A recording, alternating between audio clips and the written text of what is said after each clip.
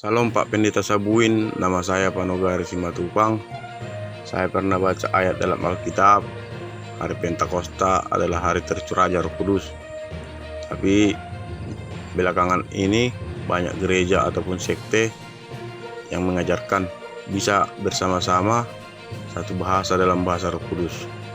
Yang boleh saya tanyakan untuk Bapak Pendeta, apakah bahasa Roh Kudus yang tercurah dari surga itu bisa dihafalkan atau tercurah sendiri kepada pribadi orangnya masing-masing, dan bagaimana pribadi setiap orangnya yang telah tercurah oleh Roh Kudus, apakah dia berlari-lari, apakah dia bertepuk tangan, apakah dia meloncat-loncat, apakah tenang sujud berdoa kepada Tuhan.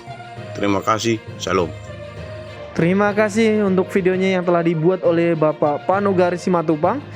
Kami ingatkan kembali untuk saudara-saudara, untuk apabila ada pertanyaan boleh membuat dalam bentuk video.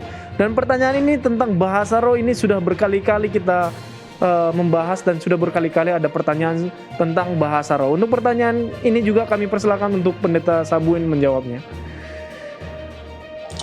Baiklah, terima kasih Horas Pak Panogari Simatupang.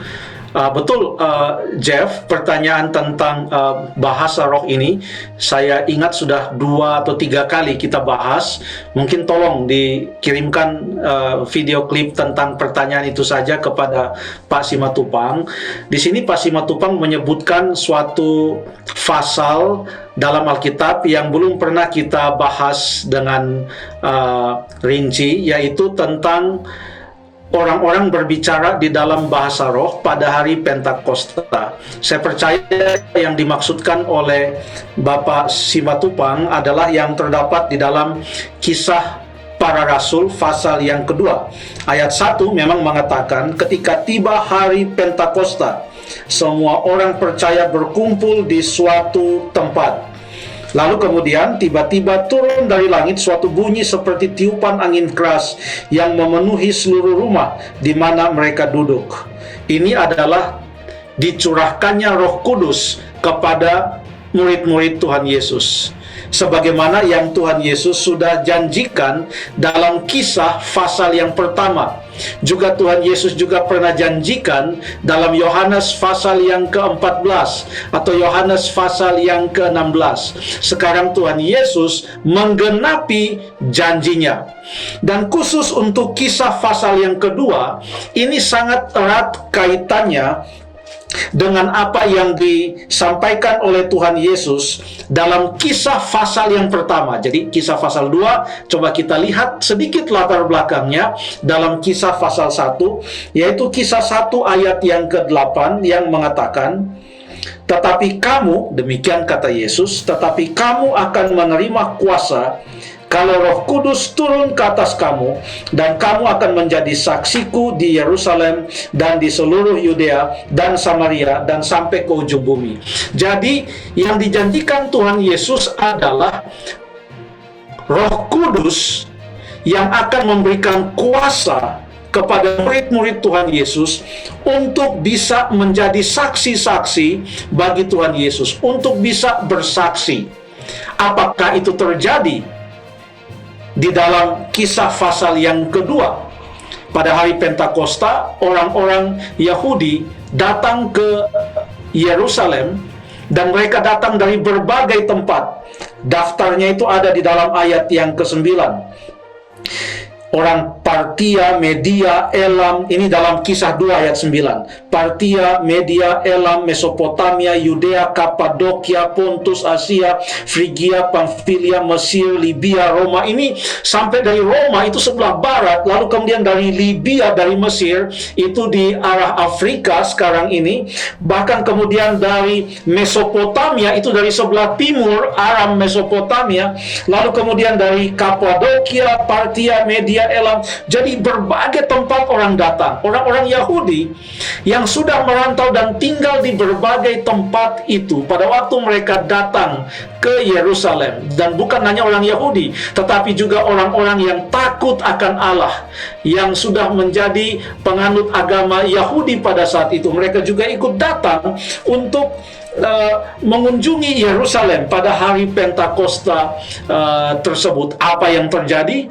Menurut Kisah pasal yang kedua ayat 1 sampai ayat yang keempat, Roh Kudus turun ke atas murid-murid ini seperti yang dijanjikan Yesus. Ayat 4 mengatakan, maka penuhlah mereka dengan Roh Kudus, lalu mereka mulai berkata-kata dalam bahasa-bahasa lain seperti yang diberikan oleh Roh Kudus itu kepada mereka untuk mengatakannya. Jadi Roh Kudus mengaruniakan kepada mereka kemampuan untuk berkata-kata di dalam bahasa-bahasa lain yang tidak mereka secara prosedural atau secara proses mempelajarinya seperti orang belajar suatu bahasa yang baru. Pada hari itu juga terjadi suatu mujizat di mana mereka bisa berbicara di dalam bahasa-bahasa lain, dan itu adalah bahasa roh. Jadi bahasa roh itu bukanlah bahasa di mana tidak ada seorang pun yang mengerti apa yang dikatakan oleh para pendengar pada saat itu. Di ayat yang ke-7, mereka semua tercengang-cengang dan heran, lalu berkata, bukankah semua mereka yang berkata-kata itu orang Galilea?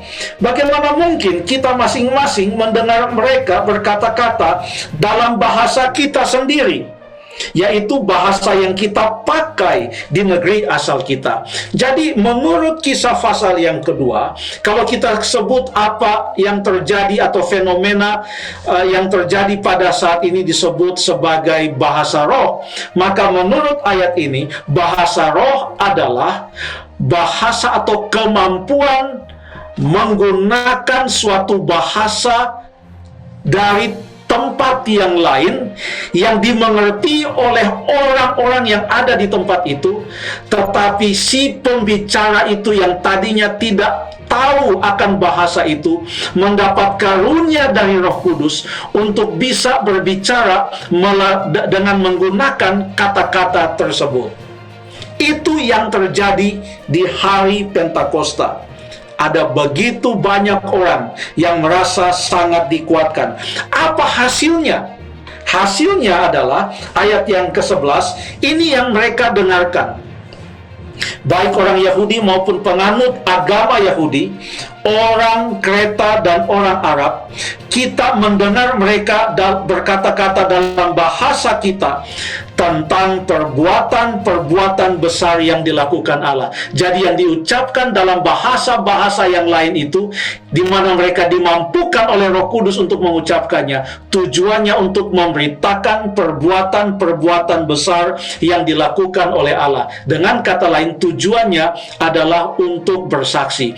Kalau Roh Kudus turun ke atas kita, dan ini disebut dengan karunia Roh Kudus, maka karunia Roh Kudus yang diberikan pada saat seseorang menerima Yesus sebagai juru selamatnya, sebagaimana yang ditulis dalam Kisah 2 ayat 38, maka yang terjadi adalah seperti yang ditulis di dalam 1 Korintus 12 ayat yang ke-11. Ayat ini berkata, tetapi semuanya ini dikerjakan oleh Roh yang satu dan yang sama untuk memberikan karunia kepada tiap-tiap orang secara khusus seperti yang dikehendakinya. Seperti yang dikehendakinya. Jadi yang menentukan apa yang seseorang bisa lakukan dan lakukan untuk bersaksi, yang menentukan adalah Roh Kudus.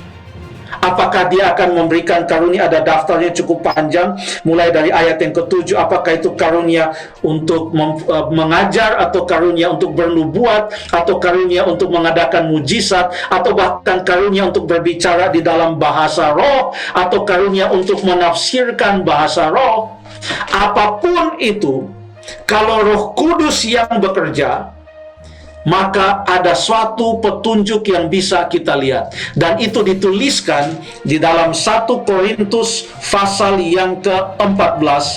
1 Korintus pasal yang ke-14 ayat yang ke-33 sampai ayat yang ke-40. 1 Korintus 14 ayat 33 dan ayat yang ke-40. Ini ada kaitannya dengan bahasa roh atau karunia roh. Pasal 14 ayat 33. Sebab Allah tidak menghendaki kekacauan, tetapi damai sejahtera. Ayat 40. Tetapi segala sesuatu harus berlangsung dengan sopan dan teratur. Apapun itu, kalau memang Roh Kudus yang bekerja, Ia yang menghendaki karunia apa yang akan Dia berikan kepada orang-orang yang percaya kepada Tuhan Yesus.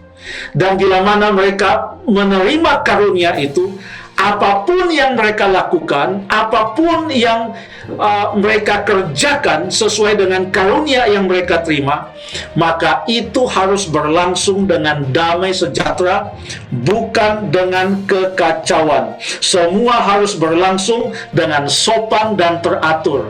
Itu kata Alkitab. Terima kasih Pak Simatupang.